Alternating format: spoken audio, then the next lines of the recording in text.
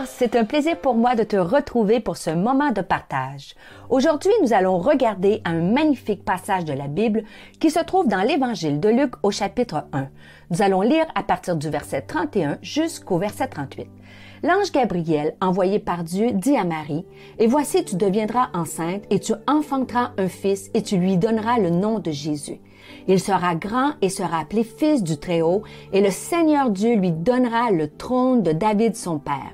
Il régnera sur la maison de Jacob éternellement et son règne n'aura point de fin. » Marie dit à l'ange, « Comment cela se fera-t-il puisque je ne connais point d'homme? » L'ange lui répondit, « Le Saint-Esprit viendra sur toi et la puissance du Très-Haut te couvrira de son ombre. » Verset 38. « Car rien n'est impossible à Dieu. » Marie dit, « Je suis la servante du Seigneur, qu'il me soit fait selon ta parole. » Nous sommes tous appelés à accomplir de grandes choses pour Dieu, et cela peu importe notre genre, notre âge, notre couleur de peau ou notre arrière-plan. J'aimerais te dire aujourd'hui que Dieu utilise des gens ordinaires pour accomplir des choses extraordinaires. La vie de Marie en est la plus grande preuve. Dieu a utilisé une jeune femme inconnue de tous pour réaliser le plus grand plan de l'humanité, c'est-à-dire devenir la mère de Jésus. Marie était jeune, sans expérience, sans argent, sans mari, et pourtant l'ange lui dira « Tu enfanteras le Fils de Dieu ». Essaie de te mettre à sa place pendant quelques instants. Comment aurais-tu réagi? Aurais-tu cru ces propos qui semblaient impossibles?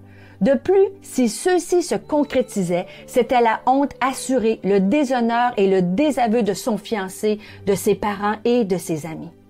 Ce texte nous dévoile que cette jeune femme a choisi de croire ce que Dieu lui a dit et de se plier à sa volonté, malgré ses incompréhensions, ses peurs et les défis auxquels elle aura à faire face. Bien qu'elle ne comprenait pas le plan de Dieu pour sa vie et encore moins son ampleur, elle a choisi d'obéir. Marie a cru que rien n'était impossible à Dieu. C'est pourquoi elle lui a fait confiance. Et toi aujourd'hui, es-tu prêt à cela? J'aimerais te rappeler que Dieu a un plan pour ta vie. Celui-ci n'est vraisemblablement pas aussi vaste que celui de Marie qui a porté le Fils de Dieu, mais il est important. Les plans de Dieu, petits ou grands, sont essentiels et destinés à influencer le monde dans lequel nous vivons. Ne sous-estime jamais ce que Dieu veut faire à travers toi. Comme Marie, sois prêt à lui faire confiance et à lui obéir.